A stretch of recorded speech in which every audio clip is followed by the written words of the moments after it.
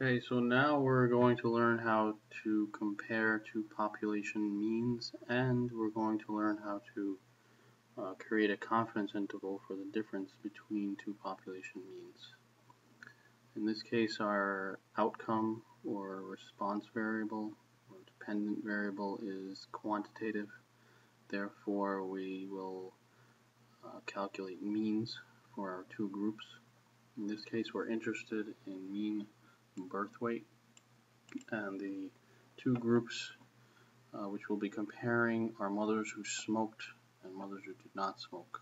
Same thing as previously, except our explanatory variable now is, response variable now is quantitative rather than categorical. So we would like to know if the mean birth weight is the same or different. So our null here indicates a two-sided test, and we set our alpha or significance level at 0.05, and in SPSS, in order to conduct that test, we use the same function that we did previously for proportions. In this case, under test variable, we have weight of child in ounces, and our explanatory variable is smoking again. We're comparing the two groups, mothers who smoked and mothers who did not smoke. Again, we define the groups to tell SPSS how we categorized those two groups. In this case, let's see, 1, 0 was our coding. We have that there already. We can click continue. Options, leave it at 95%. Continue. Click OK. And we should get an SPSS output, which gives us our p-values and test statistics. The first thing that we need to look at before going on to that is our results of Levene's test for equality of variances. All you need to know, this test is, the null hypothesis for this test is that the population variances are equal. So if you see that the significance value or p-value here is less than 0.05, you should obtain your test statistic, p-value, and confidence interval from the row labeled equal variances not assumed. If it's greater than 0.05, obtain your test statistic, p-value, and confidence interval from the row labeled equal variances assumed. So that's the first thing you need to look at when you get your output. Now in this case, our p-value is 0.344, which is definitely greater than 0.05. So we look at our row labeled equal variances assumed. We see our test statistic of negative 3.516. Our p-value is 0.000. We can write that as a p of 0.001. We have only 3 digits here. We don't know anything, but we do know that it is less than 0.001, so you can write that that way. Now this leads us to reject our null, since it's definitely less than 0.05, which was our alpha level, which leads us to conclude that the two means are in fact different. The two populations have different means. We reject our null. So next we look at the confidence interval for the difference between the two population means, which, as we can see here, does not contain 0. Now that's consistent with what we found from our hypothesis test.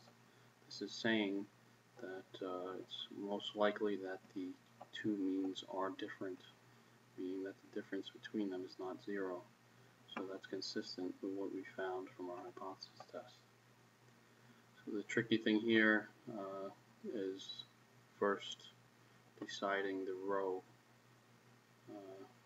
where to go to obtain your test statistic, p-value, and confidence interval. Make sure you know which row to go to, because they are different. The standard errors are calculated differently. degrees of freedom. So next you'll see from both cases here that they are in fact different, and we'll confirm that the values which we calculate by hand are consistent with what SPSS obtained. Our point estimate of the difference, negative 7.96, we see here is consistent with SPSS. You can see the mean birth weight for mothers who did smoke during pregnancy was 109.6. The mean birth weight for mothers who did not smoke during pregnancy was 117.56 ounces. The difference between those two means is our point estimate, and the measure of the precision of that estimate we will get into next, which is the confidence interval. First we'll talk about the hypothesis test. Standard error in this case, you can see, assuming unequal variances, 2.08. It's consistent with what SPSS obtained. And when we assume equal population variances, 2.26 is also consistent with what SPSS obtained. Now we want to calculate our test statistic for both cases. We can see, assuming equal variances, negative 3.52 is consistent with what SPSS obtained. And our test statistic, assuming unequal variances, is also consistent with what SPSS obtained. Next, we would like to see our p-values. Here I have the Excel instructions to get those p-values, which, as you can see, less than 0.001. SPSS only gave us up to 3 decimal places, so these p-values are consistent with that. Next, we are looking at our confidence intervals for both cases, equal variance assumed and unequal variance assumed, and we can also see that those are also consistent with SPSS. So 12.39, negative 3.53 for equal variance is assumed. So we see our row here, equal variance is assumed. 12.409 to negative 3.512. Unequal variance is assumed. Our row equal variance is not assumed. We see our 12.06, negative 3.8. So we see a little bit of rounding led to slightly different values, but our results are consistent with SPSS. So that is the end of the lab for today. And again, you should notice that the confidence intervals are consistent with the results of the hypothesis test. Now, for both proportions and means. And I'll see you guys on Monday. Have a great weekend and a great holiday.